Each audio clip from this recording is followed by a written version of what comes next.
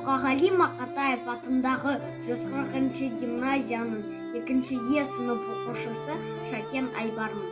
Мұқағали Мақатаевтың 90 жылдық мерейтойына арналған байқауына қатысамын.